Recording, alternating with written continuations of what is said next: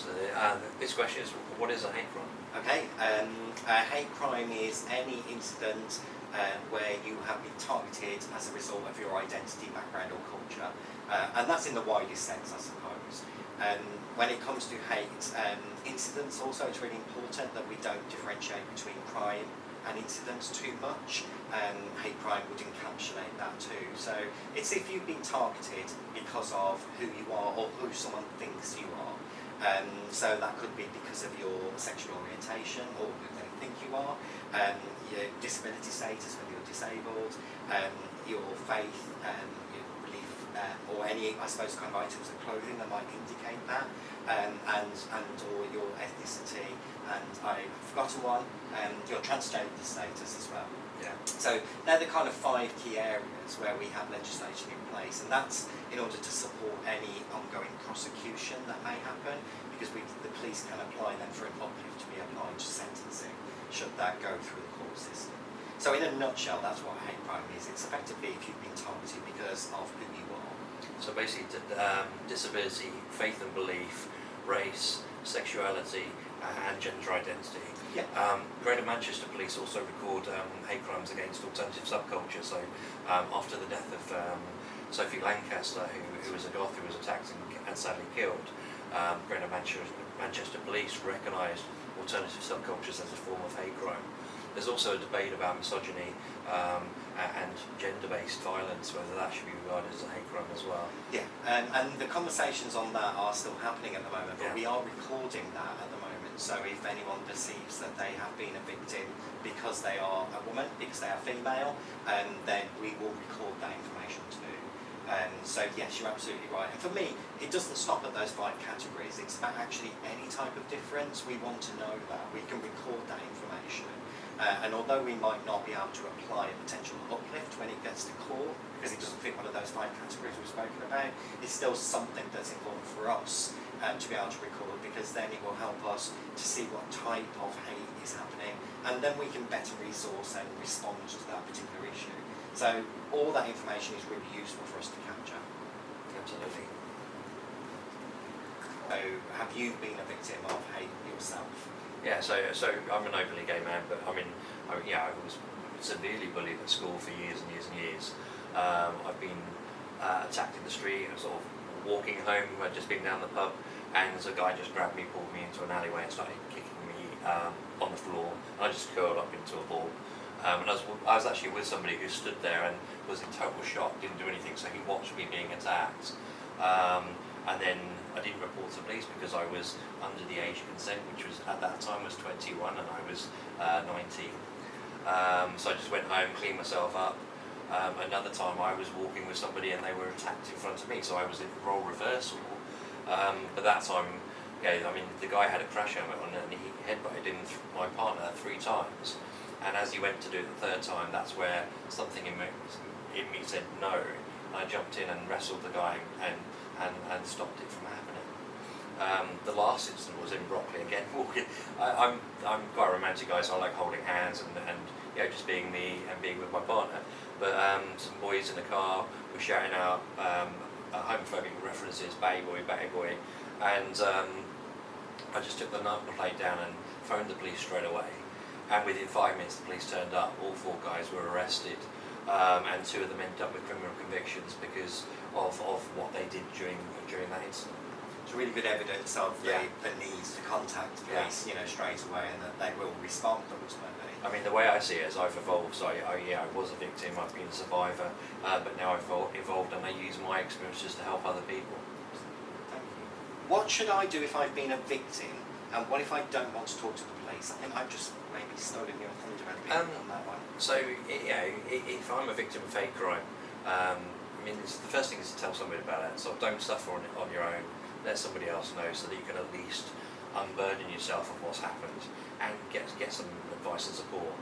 Once you've told somebody, it should then become easier to talk to other people, talk it through, think about reporting it. If you don't want to report it, there are third-party organisations you can speak to who you can tell them what's happened anonymously if you want to, and they'll record it and they can anonymously record and pass that information on. Or they can help support you and take you through the reporting process, and then get the well.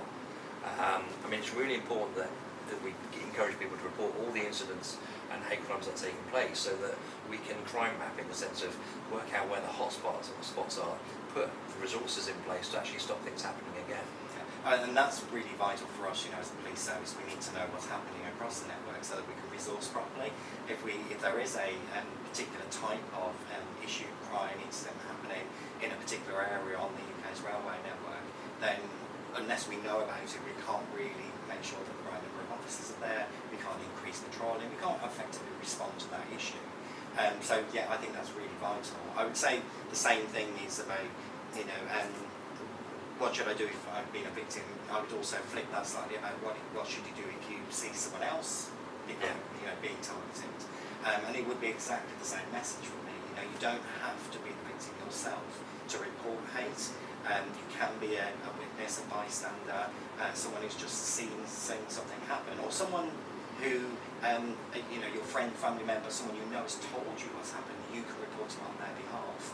And I think that's really important that we reiterate.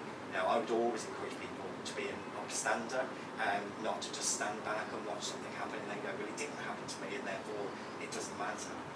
It does matter, because ultimately, if that person is offending in that way against that person, well, where else is that going on? How are they, behaving across the railway network? I think it's really important, though, to say to people that, if you see something happening, don't just jump in, because you can put yourself at risk as well, and that's the worst thing you can do. Take a moment, assess the situation, and think, what can I do to sort of calm this down? It may be that you talk to the victim and move them away from the other person, or stand between them and the other person to actually create a natural block without actually confronting the other person. There's lots of techniques that people can use to sort of try and de-escalate the situation.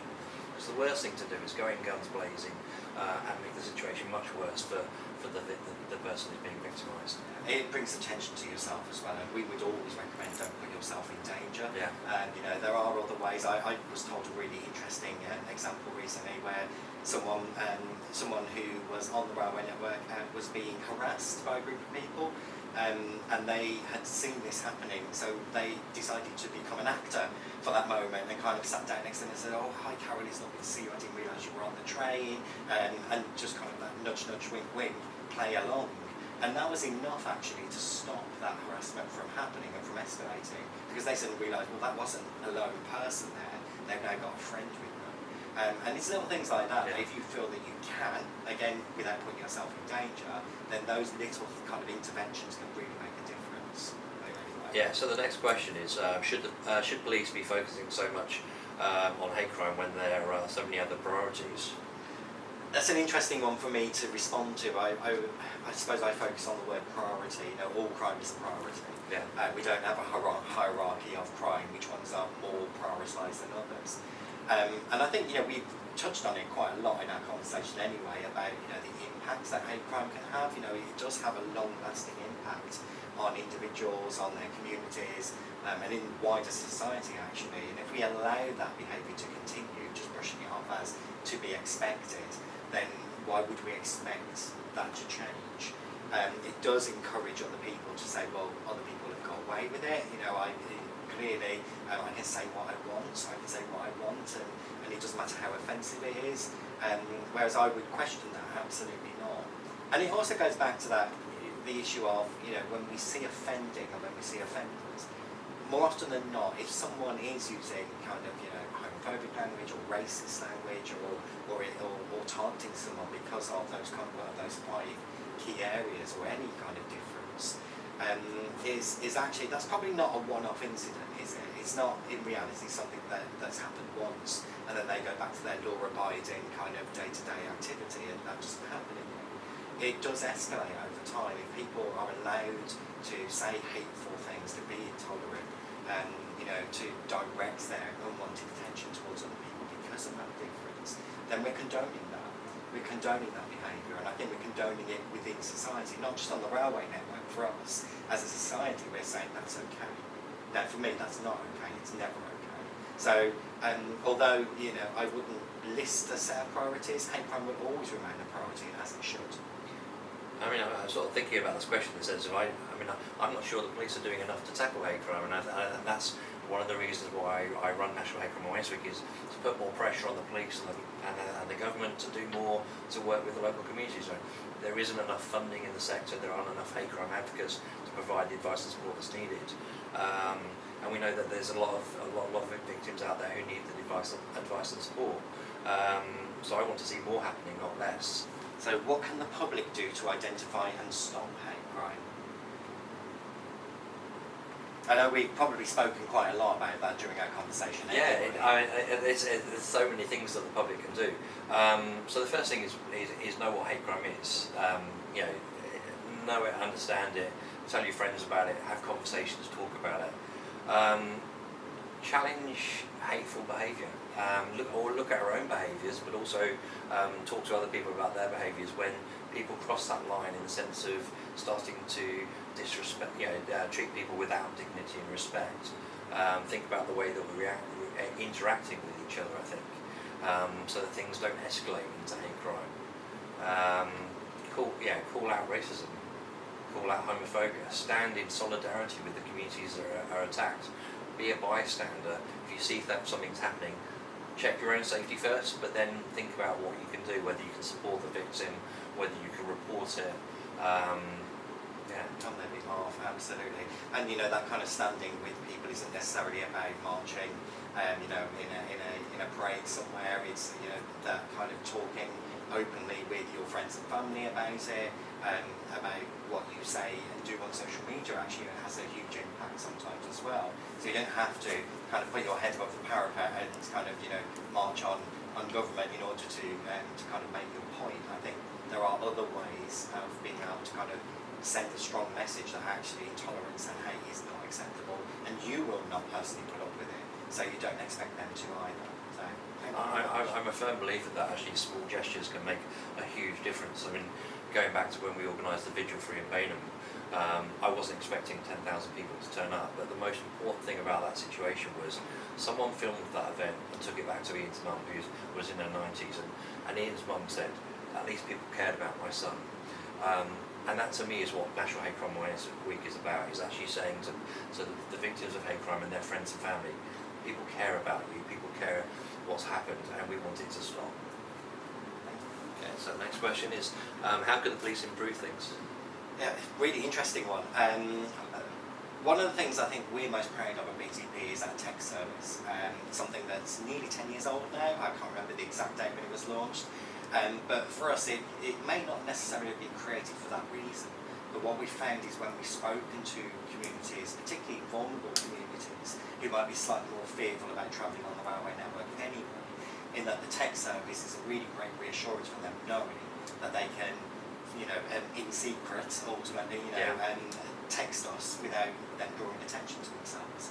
And I know, having spoken to a number of community members, that is something that they are very much cherish and very much pass on to all of their kind of friends and colleagues too, as a vital tool.